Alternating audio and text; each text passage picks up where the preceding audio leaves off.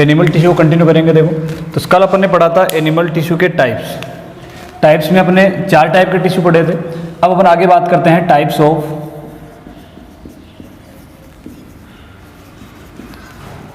Connective tissue. Connective tissue are 3 type.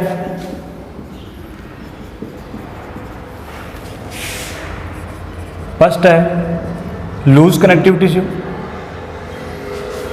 Second आएगा dense connective tissue और third था specialised connective tissue. इनके भी कुछ टाइप्स हैं यहाँ पे। तो लूज कनेक्टिव टिश्यू जो है 2 पार्ट में डिवाइड है। Number 1 adipose and areolar. Dense में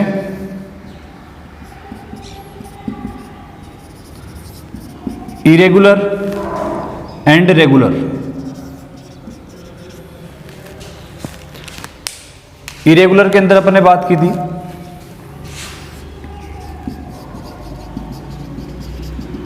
पेरिकार्डियम, पेरिओस्टियम,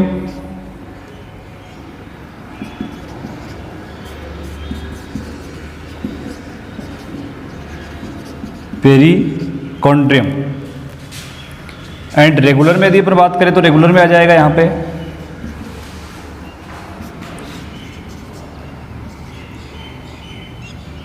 टेंडन और लिगामेंट। क्लियर? देखो एरियोलर और एडिपोज टिश्यू की यदि अपन बात करते हैं तो ये जो आपका बेसमेंट मेम्ब्रेन है, इस बेसमेंट मेम्ब्रेन के पास यहाँ पर सेल्स लगी हुई हैं और यहाँ नीचे की ओर बेलो द बेसमेंट मेम्ब्रेन ये टिश्यू कौन सा है? एरियोलर टिश्यू है। इसी के पास में यहाँ पे जो टिश्यू होता है उसको अपन क्या कहेंगे? एडिपोज टिश्यू कहेंगे। ये अपनी बात कल की क्लास में हो गई थी। लिगामेंट और टेंडन के बारे में बता दिया था मैंने। टेंडन का काम क्या है? Bone to muscles. लिगामेंट के लिए अपन ने कहा था बोन टू बोन। ये बोन टू बोन जो कनेक्ट करता है ligament, bone to muscles connect करता है टेंडन। पेरिकार्डियम हर्ट की कवरिंग हो जाएगी, पेरिओस्टियम बोन की कवरिंग हो जाएगी और पेरिकॉन्ड्रियम कार्टिलेज जो होती है उसकी कवरिंग हो जाएगी। दिख रहा है?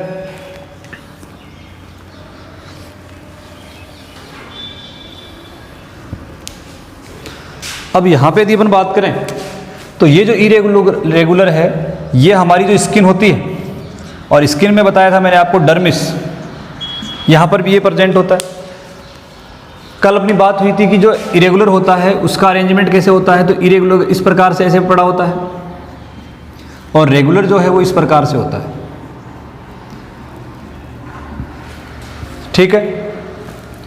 उसके बाद स्पेशलाइज्ड में अपने बात की स्केलेटल और लिक्विड।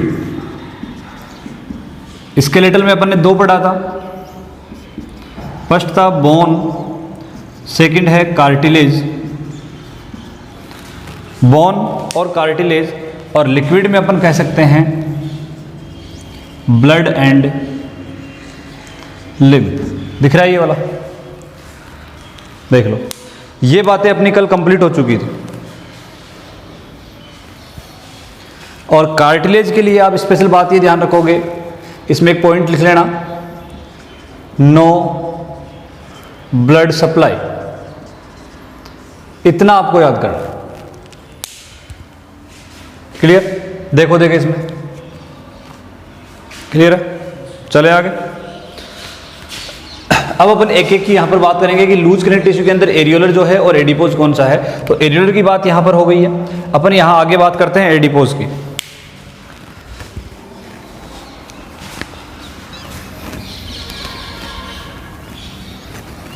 एडिपोज के अंदर जैसे अपन ने स्किन का जो स्ट्रक्चर पढ़ा था जिसमें डर्मिस, एपिडर्मिस, वो सारे के सारे पार्ट यहाँ पर किस प्रकार से अरेंज होते हैं उनकी अपन यहाँ बात करेंगे।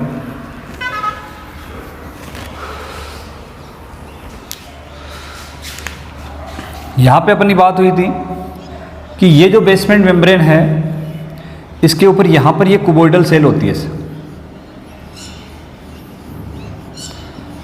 ये कुबोइडल सेल है और ये ऊपर आगे जाके फ्लैटेड सेल में कन्वर्ट हो जाती है। स्क्वामोस सेल है। तो यहाँ पे इसके जस्ट नीचे ये वाला पार्ट जो है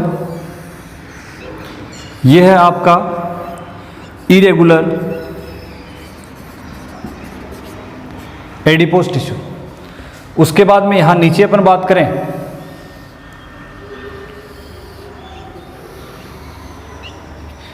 इस प्रकार से मैंने बताया था, जिसके अंदर यहाँ ऊपर की ओर क्या आएगा, एपिडर्मिस और ये डर्मिस। बात हुई थी अपनी एपिडर्मिस और डर्मिस। ये बात हो जाएगी एडिपोज टिश्यू की।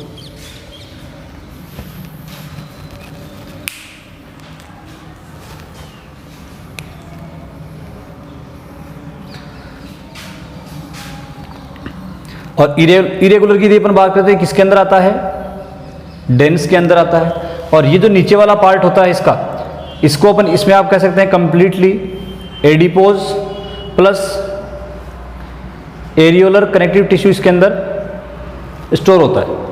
यह आपको याद रखना है। एडिपोज और एरियोलर टिश्यू कहाँ है, सबसे लास्ट वाली जो लेयर होती है उसके अंदर। मिड जो लेयर है जिसको डर्मिस कह रहे हैं उसमें इरेगुलर डेंस कनेक्टिव टिश्यू है। और ये जो ऊपर वाला है वो है एपिडर्मिस। और एपिडर्मिस के अंदर क्या है, कंपाउंड एपिथेलियम है। और वो कौन सी सेल से बना हुआ है, स्क्वामोस सेल से बना हुआ है।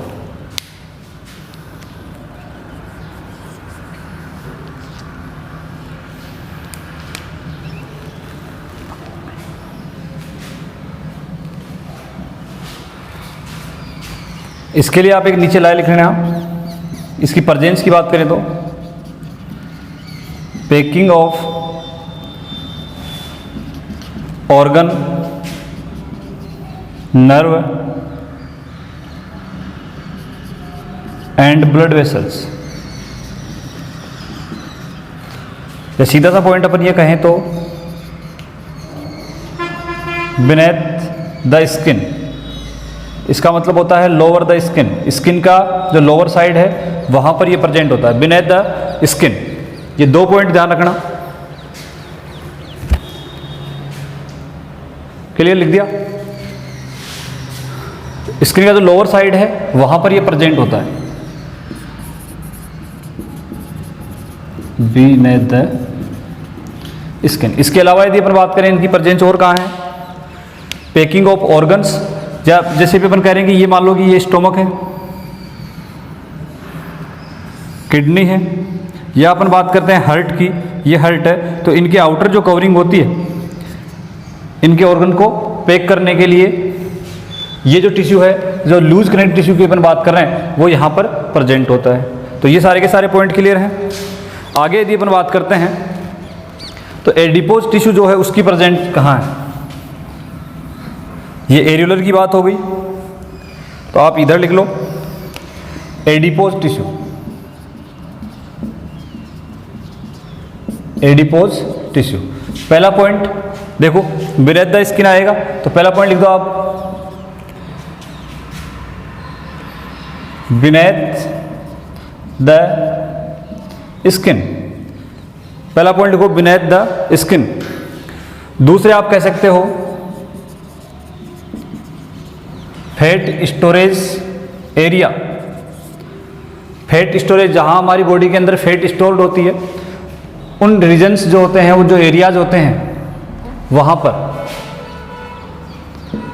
फैट स्टोरेज एरिया में एडिपोज। एडिपोज टिश्यू का नाम से ही आप समझ जाओगे फैट, इसका फंक्शन क्या है, एडिपोज, फैट स्टोरिंग का फंक्शन। दो पॉइंट हो गया। थर्ड लिख दो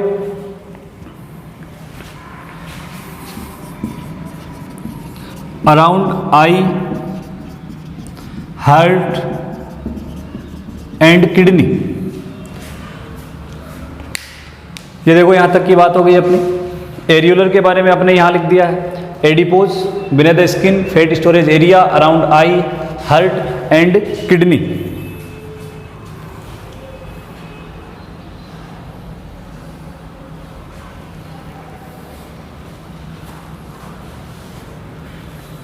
चले आगे।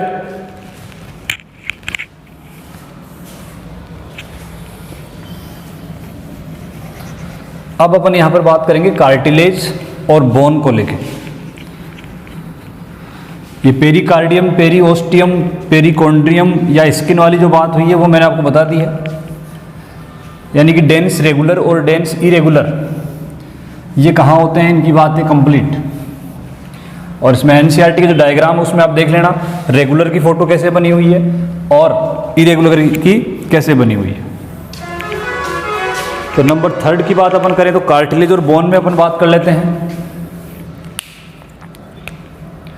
एक तो अपने पास में है कार्टिलेज एंड सेकंड बोन।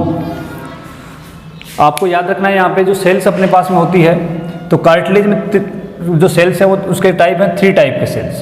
तो नंबर 1 पे है chondroblast, number 2 chondrocyte and last आ जाएगी कॉन्ड्रोक्लास्ट। ये जो तीनों सेल्स हैं वो किसकी है, कार्टिलेज की। ऐसे यदि अपन बोन की बात करें तो बोन में जो सेल हैं osteoblast, osteocyte and last osteoclast. तीनों में डिफरेंस क्या है देखो, लास्ट का जो नेम है सिमिलर है, ब्लास्ट, ब्लास्ट, साइट, साइट, क्लास्ट और क्लास्ट। बायो में यदि अपन बात करते हैं सेल्स को लेके तो जहां पे साइट है, साइट का मतलब क्या होता है बेटा, सेल्स। साइट का मतलब क्या होता है, सेल्स होता है। क्या होता है आप साइड में कहीं लिख लेना, जहां पर भी साइट नाम आता है उसका मीनिंग क्या होता है, सेल्स होता है। एक बार ये नोट करो, उसके बाद मैं इनके बारे में डिटेल से दिखा देता हूं।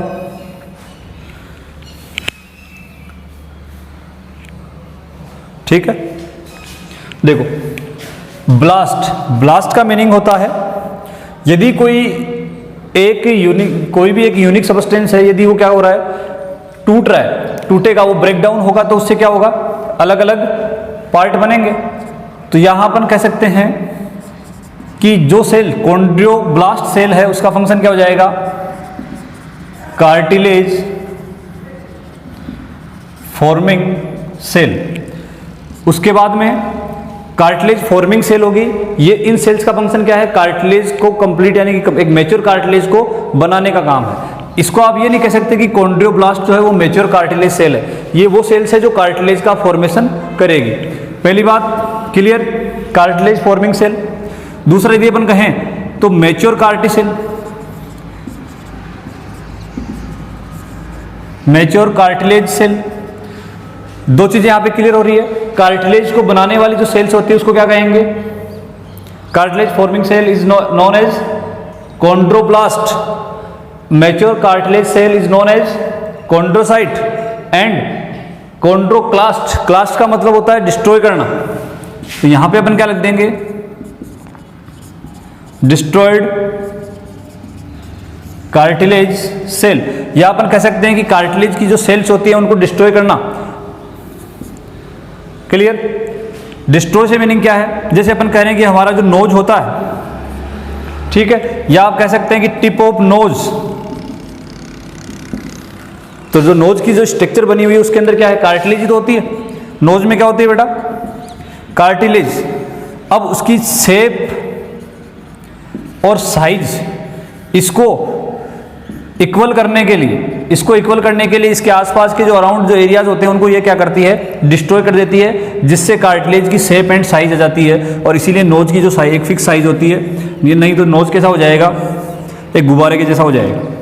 क्लियर, तो नोज जो होता है या कार्टिलेज को एक सही शेप और साइज देने के लिए कौन सी सेल्स काम करती है बेटा, कॉन्ड्रोक्लास्ट सेल काम करती है। ऐसे यदि अपन बात करें बोन को लेके, तो बोन के अंदर अपन ये कह सकते हैं कि ऑस्टियोब्लास्ट, तो सेम नाम है, बोन फॉर्मिंग सेल हो जाएगी, वो उसको अपन क्या कहेंगे, ऑस्टियोब्लास्ट। तो यहां लिख सकते हैं अपन बोन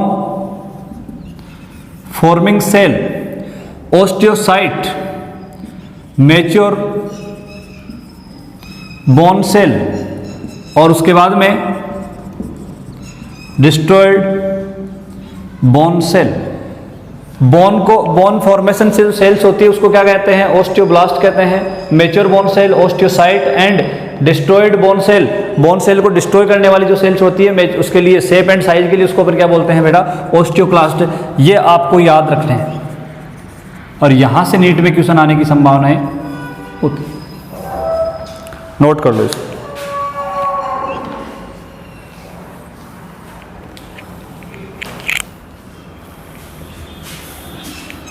लिख दिए, आगे चलें। यदि अपन बात करते हैं कार्टिलेज की स्ट्रक्चर को लेके, तो यहां पे आप देखो कि ये जो कार्टिलेज की सेल्स हैं वो मैट्रिक्स में दूर दूर तक फैली हुई है। ऐसे जैसे आप इसको बोल सकते हो कि कोई केक है और केक में बादाम पड़े हुए हैं। ये यहां पे इसके अंदर जो सेल्स होती है, फॉर्मिंग सेल अपन इसको कहेंगे। यहां पे एक भी हो सकती है, दो भी हो सकती है, तीन भी हो सकती है। इस प्रकार से ये जो सेल्स हैं इनकी सेल्स को नाम दिया जाता है लेक्यूना। इसको क्या कहेंगे? लेक्यूना। और इसके अंदर भरा होता है मैट्रिक्स। इसमें क्या भरा होता है? मैट्रिक्स। और मैट्रिक्स कौन सा है? ये आपको याद करना है, कॉन्ड्रीन प्रोटीन। क्लियर? इसके अलावा यदि अपन बात करें तो फाइब्रोब्लास्ट भी यहां पर प्रेजेंट है। क्या प्रेजेंट है यहां पे? फाइब्रोब्लास्ट। और इसके अंदर से क्या, इसके अंदर क्या है? फाइबर है। तो इसको नाम क्या दे दोगे आप? फाइब्रोब्लास्ट। यहां तक की बात क्लियर है? ये हो जाएगी कार्टिलेज की structure of the cartilage. Then lacuna, and lacuna के अंदर क्या हो जाएगा? कॉन्ड्रोब्लास्ट सेल हो जाएगी। Fibroblast, matrix. मैट्रिक्स में कौन सा प्रोटीन है? ये क्वेश्चन आता है, कॉन्ड्रीन प्रोटीन। कॉन्ड्रीन प्रोटीन, नोट कर लो इसको।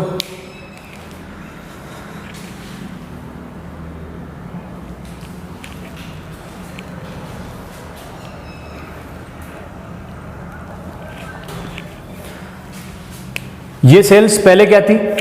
जैसे अभी अपन ने बात की तो आप बताओ देखे कि ये जो सेल्स है लेक्यूना के अंदर, ये वाली, इस सेल्स का नाम क्या होगा? और ये आपसे कहा जाए कि ये एक मैच्योर कार्टिलेज है, तो इस मैच्योर कार्टिलेज के अंदर ये जो सेल्स है लेक्यूना के अंदर, इसका नाम क्या होगा? कॉन्ड्रोब्लास्ट, कॉन्ड्रोसाइट या कॉन्ड्रोक्लास्ट? कॉन्ड्रोसाइट। कॉन्ड्रोसाइट। क्यों? फॉर्मिंग सेल को अपन क्या कहेंगे? कॉन्ड्रोब्लास्ट कहेंगे। और मैच्योर हो जाएगी तो उसे अपन क्या कहेंगे? कॉन्ड्रोसाइट कह देंगे। यहां तक की बात क्लियर है क्या? अब आप आ जाओ इधर, बोन की तरफ आ जाओ। बोन वाले का नाम क्लियर हो गया कि बोन में कौन कौन सी सेल्स हैं। अब यहां पर अपन पार्ट कर लेते हैं टाइप ऑफ कार्टिलेज की। तो ये आपने नोट कर लिया है, आगे चलते हैं। आगे हेडिंग लगाना, type of cartilage.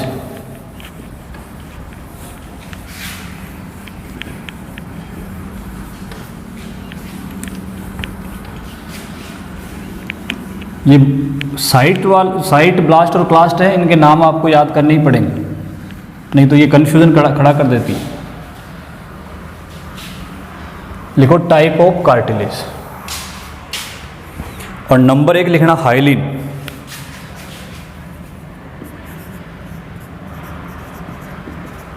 Types of cartilage और नंबर 1 है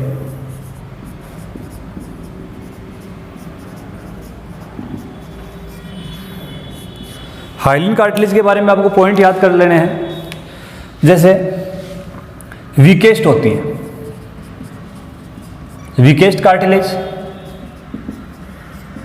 वीकेस्ट कार्टिलेज है। तो मैंने आपको यह बताया था कि कार्टिलेज के अंदर फाइबर होते हैं, यस, लेकिन यहां पे जो फाइबर हैं वो फाइबर बहुत ही कम फाइबर होते हैं, या अपन उसको बोल सकते हैं अप्रेंसली फाइबरलेस,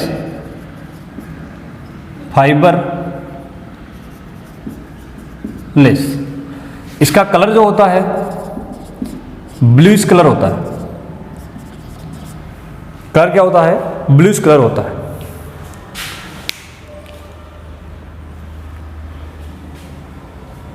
क्लियर? 3 पॉइंट हो गए। फाइबर, कार्टिलेज में फाइबर होते हैं, लेकिन इसके अंदर यदि अपन कहें एपरेंटली फाइबरलेस होता है। दूसरी बात, इसके अंदर अपन ये कहें कि बहुत माइक्रोस्कोप में लगा के भी देखते हैं तो भी हमें बहुत कम फाइबर यहाँ पर नजर आते हैं, तो आपको क्या टिक कर देना है? फाइबरलेस। ऐसा कोई क्वेश्चन नहीं आएगा कि बहुत बारीकी से देखने पे फाइबर वहाँ पर मिल जाएंगे। तो पहला पॉइंट है फाइबरलेस, वीकेस्ट और ब्लूइश कलर। ये 3 अपने पॉइंट हो गए इसमें हाइलीन कार्टिलेज को लेके। अब यदि अपन बात करें कि ये कहाँ पर होती है, एग्जाम्पल्स नोट करो इसके। तो पहला एग्जाम्पल क्या आएगा इसके अंदर? जो भी अपनी लॉन्ग बोन होती है, लॉन्ग बोन का मतलब क्या होता है कि ये हमारे पास में कोई बोन है ऐसे,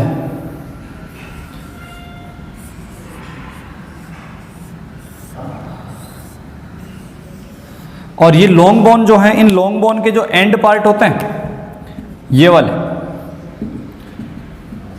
यहां पर कौन प्रेजेंट होता है? Hyaline cartilage. तो पहला एग्जांपल क्या हो जाएगा? Ends of long bone. पहला पॉइंट क्या है अपना? Ends of long bone. Second लिखना ट्रेकिया, जानते हो, C shaped ring in trachea. Throat के अंदर जो ट्रेकिया है वहां पर इस प्रकार से रिंग बनी होती है और ये सी शेप्ड रिंग होती है। और इन सी शेप्ड रिंग में कौन सी कार्टिलेज होती है? Hyaline cartilage. ये क्वेश्चन आया हुआ है, ट्रेकिया में कौन सी कार्टिलेज होती है? ठीक है, लास्ट में आप लिख देना कोस्टल कार्टिलेज। कोस्टल का मीनिंग समझते हो क्या? कोस्टल का मीनिंग, कोस्टल कार्टिलेज, ये जो हमारा रिब केज होता है, रिब केज के अंदर रिब्स के बीच बीच में जो मसल्स होती है, उन मसल्स के पास में कौन सी कार्टिलेज होती है? Costal cartilage. या अपन कह सकते हैं कि जो हाइलीन कार्टिलेज है वो यहाँ कोस्टल में होती है, इनके लिए इसका नाम क्या हो जाएगा? Costal cartilage. नोट कर लो इसको। सबसे वीकेस्ट कार्टिलेज की यदि बात करें तो कौन सी कार्टिलेज होगी बेटा? Hyaline cartilage. नोट कर लिया? चलो आगे नंबर 2 पे लिखो। कार्टिलेज का पहला टाइप हो गया। दूसरा लिखो व्हाइट फाइब्रस कार्टिलेज। नंबर 2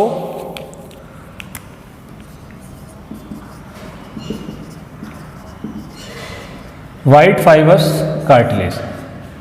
इसको आपने कहा था वीकेस्ट, ये हो जाएगी बेटा स्ट्रॉन्गेस्ट कार्टिलेज।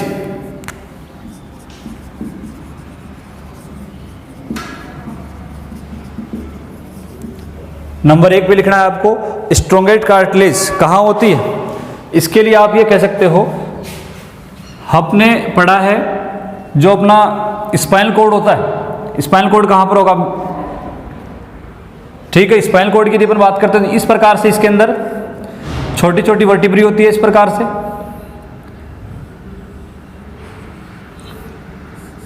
ये लो, और ये यहां पे लास्ट में आ जाएगा। क्लियर? तो इन जो वर्टिब्रीज होती है इनके बीच बीच में यहां पे कौन होता है बेटा? व्हाइट फाइबर्स कार्टिलेज होती है। इसके अलावा यदि अपन बात करें तो यहां से जहां जिसके मिड पार्ट में सेक्स ऑर्गन प्रेजेंट होते हैं, तो ये इस प्रकार से होता है ऐसे।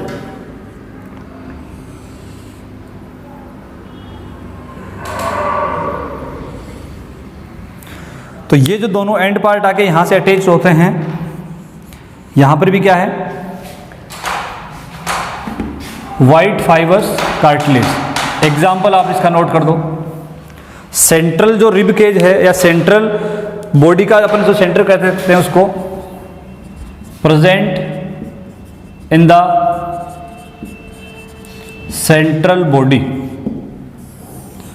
Present in the central body.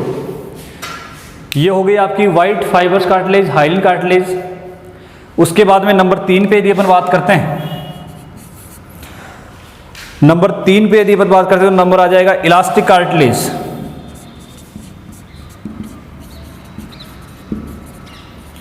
Elastic cartilage, third लिखना elastic cartilage.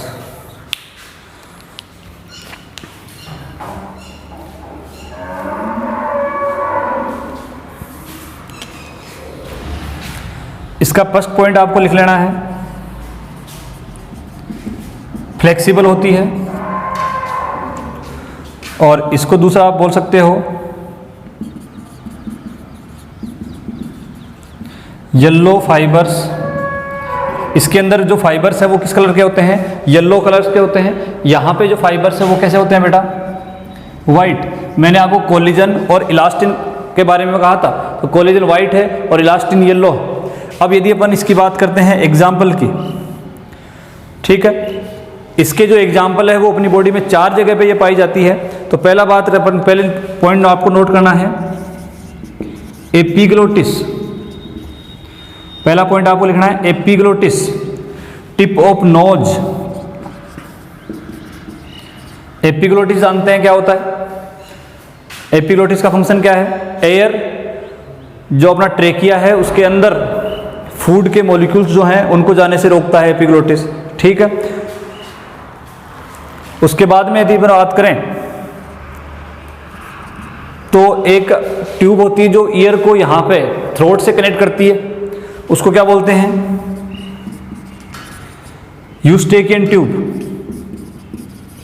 Eustachian tube. And last 3 हो गए, epiglottis, tip of nose, Eustachian tube, and last आपको लिखना है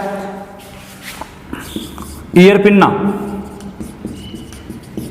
क्लियर? ये एग्जाम्पल ऐसे हैं जो याद हो जाएंगे आसानी से। देखना इधर, अभी अपन ने बात की है कार्टिलेज को लेके। सबसे पहले अपन ने बात की हाइलिन कार्टिलेज को। तो अप्रेंसिलिटी क्या है? फाइबरलेस है, वीकेस्ट है, ब्लूइश कलर है। इसके अंदर एग्जांपल की पर बात करते हैं, एंड ऑफ लॉन्ग बोन हो जाएगा, C shaped ring of trachea हो जाएगा, और कोस्टल कार्टिलेज हो जाएगा। कोस्टल कार्टिलेज, ये एंड ऑफ लॉन्ग बोन की बात जहां पर भी अपनी बॉडी में लॉन्ग बोन है वहां पर हो जाएगा। रिंग ट्रेकिया के अंदर हो जाएगा, कोस्टल कार्टिलेज जो रिब केज है उसके अंदर। यहां तक क्लियर है। उसके बाद में अपन करेंगे ये अपना सेंट्रल जो बॉडी पार्ट है, ठीक है, सेंट्रल बॉडी पार्ट जिसके अंदर से क्या होता है? नर्व कोड यहां से एंटर करता है। तो ये वाला जो पार्ट है इसके अंदर क्या होता है? इनके जो वर्टिब्री होती है, वर्टिब्री के बीच में क्या है? व्हाइट फाइबर कार्टिलेज है और स्ट्रॉन्गेस्ट कार्टिलेज होती है। इलास्टिक कार्टिलेज की बात करें तो फ्लेक्सिबल है, येलो फाइबर की बनी हुई है। एपिग्लोटिस होता है, clear, tip of nose, Eustachian tube और ईयर पिन्ना, क्लियर। इन 4 जगह ये प्रेजेंट होता है। यहां तक की बात क्लियर है। ये आपका कार्टिलेज का खत्म। एक बार कार्टिलेज वाला देख लो, देखे फिर अपन पढ़ेंगे बोन।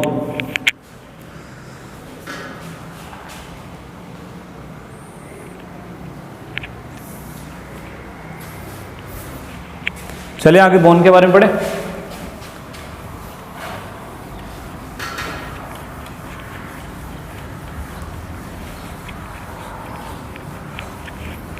तो हेडिंग लगाओ आगे, बोन। जिस प्रकार से अपन ने कार्टिलेज की स्ट्रक्चर पढ़ी है कि लेक्यूना क्या होता है, उसमें कॉन्ड्रोसाइट कहाँ होती है, वो सारी चीज़ें अपन यहाँ बोन में पढ़ेंगे।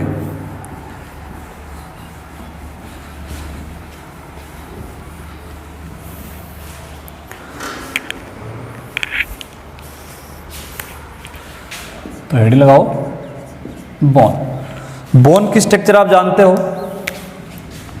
बोन में एक होता है बेटा लॉन्ग पार्ट जैसे, और ये लॉन्ग पार्ट जो है ये इस प्रकार से ऐसे होता है दोनों तरफ। एक बार इसको आसानी ध्यान से देख लो, उसके बाद आपको लिखने का मौका मिल जाएगा। बोन के 3 पार्ट होते हैं बेटा, एक तो ये वाला पार्ट, एक ये वाला पार्ट, और एक इधर वाला पार्ट। इसको बोलते हैं एपिफाइसिस, ठीक। सेंटर वाला है इसको बोलते हैं बेटा मेटाफाइसिस। 2 नाम क्लियर हो गए, एपिफाइसिस और मेटाफाइसिस। ऐसे उस तरफ वाला जो नाम उसका नाम क्या हो जाएगा? ठीक है, इसका नाम एपिफाइसिस और इसका नाम होता है डाइफाइसिस, क्लियर। एक यहां पर इसके सेंटर में ऐसे एक डक्ट होती है। एक तो ये वाला आपको याद रखना है। दूसरा, ये जो एंड पार्ट है, ये बोन जो होती है वो इस प्रकार से स्पंजी बोन होती है इसे, और ये जो बने हुए हैं इस प्रकार से, ये बोन को क्या बनाते हैं ऐसे बेटा, स्पंजी बनाते हैं, और इनका नाम होता है ट्रेबिक्यूलाई। इनका नाम होता है ट्रेबिक्यूलाई, और ट्रेबिक्यूलाई की प्रेजेंस के रीजन से ही क्या होता है, बोन्स क्या होती है, स्पंजी बोन होती है। यदि आपने कभी बोन देखी हो ट्रेबिक्यूलाई, पीसेज ऑफ बोन, और ये बोन को क्या बनाते हैं,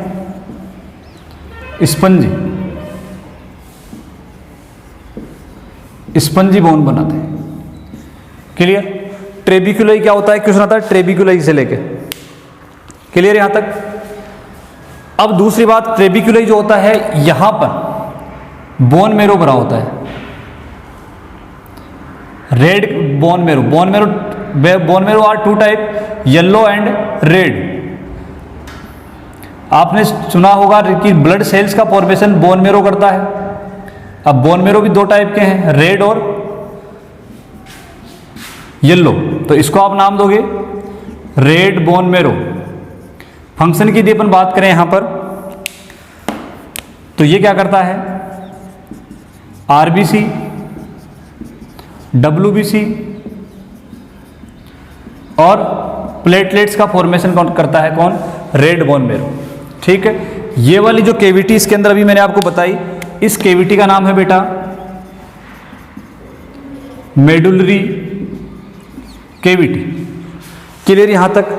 देखो तो एक बार जो अभी तक अपन ने पढ़ा है वो क्लियर हुआ कि नहीं हुआ?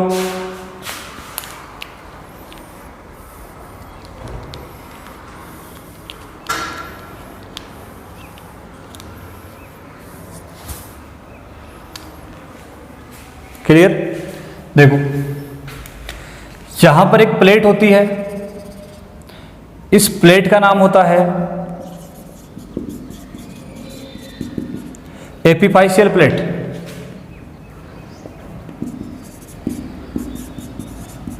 जो बोन की लेंथ को ग्रोथ करवाती है यहां पर। अब आपको यहां पे याद करना है कि ये वाला जो पार्ट है मेडुलरी केविटी, इसके अंदर भरा होता है बेटा yellow bone marrow. Yellow bone marrow adipose tissue से बनता है, और ये येलो बोन मेरो क्या करता है, reservoir erythropoietin tissue. Reservoir erythropoietin tissue का मीनिंग होता है, यहां मैं लिख देता हूं, येलो बोन मेरो। ठीक है? ये येलो बोन मेरो इमरजेंसी के अंदर क्या होता है, रेड बोन मेरो में कन्वर्ट हो जाता है। अब ऐसा क्यों? रेड बोन मेरो का फंक्शन लिखा है अभी अपन ने ये। अब यदि इमरजेंसी के दौरान रेड बोन मेरो से आरबीसी डब्ल्यूबीसी प्लेटलेट्स नहीं बन रही है, तो उस दौरान क्या होता है, येलो बोन मेरो कन्वर्ट हो जाएगा आरबीसी इसमें, रेड बोन मेरो में, और जो रेड बोन मेरो है वो क्या बनाएगा, आरबीसी डब्ल्यूबीसी और प्लेटलेट्स का फॉर्मेशन कर लेगा। बताओ देखिए यहां तक की बात क्लियर है क्या? येलो बोन मेरो में लिखना रिजर्वर इरिथ्रोपोइटिन टिश्यू, लिख लोगे? चलो आगे। बोन की यदि अपन इंटरनल स्ट्रक्चर की यहां पर बात करें, ये लिख लेना यहां तक।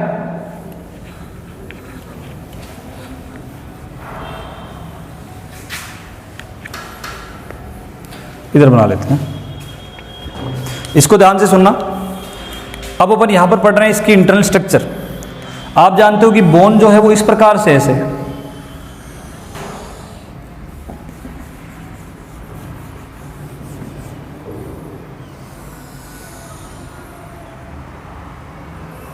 ठीक है? इसके अंदर यहां पर ट्यूब होती है इस प्रकार से ऐसे। क्लियर है?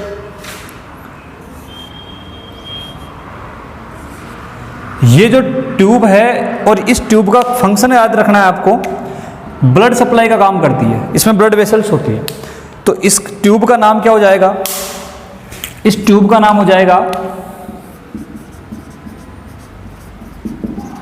हर्वेशियन केनाल। अब ब्लड वेसल से तो बोन फॉर्मिंग जो सेल्स होती है, वो जो मेच्योर बोन सेल होती है वो इसी के आसपास होगी। तो यहां पर कौन सी सेल्स होती है बेटा? ये हो जाएंगे इसके चारों ओर लेक्यूना। लेक्यूना के अंदर तो सेल होती है इस प्रकार से।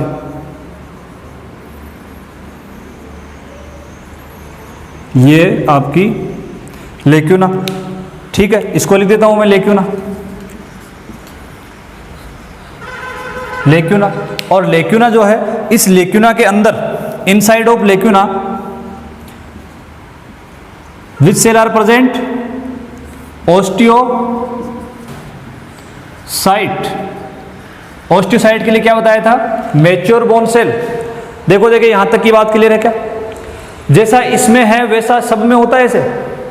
ये लेक्यूना चारों तरफ होता है इस हर्वेशियन केनाल के, ठीक है। हर्वेशियन केनाल, ओस्टियोसाइट और लेक्यूना ये मिलके क्या बनाती है? हर्वेशियन सिस्टम बना लेती है। ये इतनी बात क्लियर हुई क्या यहां तक? ओस्टियोसाइट होगी, लेक्यूना हो गया, और इसके अलावा यदि अपन बात करें इसमें मैट्रिक्स होता है। कहां पर होता है? यहां पे, ये अपन कह सकते हैं इसको मैट्रिक्स। बताओ देखिए बोन का जो मैट्रिक्स है वो किसका बना होता है? Ca3PO4 whole twice 2। Calcium phosphate, ये आपको याद करना। मैट्रिक्स किसका बना होता है? फॉर्मूला भी लिखा हुआ आ सकता है उसके अंदर। अब ये तीनों मिला के क्या बना लेंगे बेटा? हर्वेशियन सिस्टम। जब अपन स्केलेटल सिस्टम पढ़ेंगे तब हमारे पास में बोन की स्ट्रक्चर आएगी। हर्वेशियन केनाल क्या होता है, लेक्यूना, हर्वेशियन, ये ओस्टियोसाइट वगैरह, ये सारी बातें अपने वहाँ पे काम आने वाली है। इसलिए इस चैप्टर को जितना आप क्लियर कर लोगे उतना ही अपने आगे काम आएगा। क्लियर? बोन की बात हो गई है और इसकी बात हो गई है, ये आपको पूरा क्लियर कर लेना है इसका, ठीक है। आज के लिए इतना काफ़ी है। नेक्स्ट क्लास में मिलते हैं। थैंक यू बेटा।